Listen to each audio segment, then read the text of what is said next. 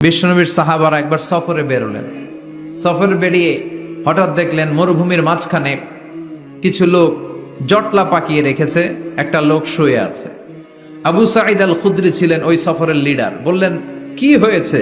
তারা বলল, আমাদের নেতাকে সাপে কামড় দিয়েছে, আরেক বর্ণনায় বিচ্ছু কামড় দিয়েছে, বিষের ব্যথায় আমাদের নেতা মারা যাবে।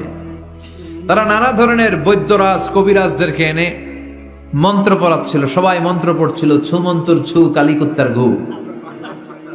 ছোট বাচ্চারা পড়ে, বুঝানোর জন্য বললাম, তারা হয়তো অন্য কিছু পড়ছিল। তো এই যে এগুলো পড়ে ফু দিলে কি ভালো হয়? কথা কন, আরো রোগ বাড়ে, ঠিক কিনা?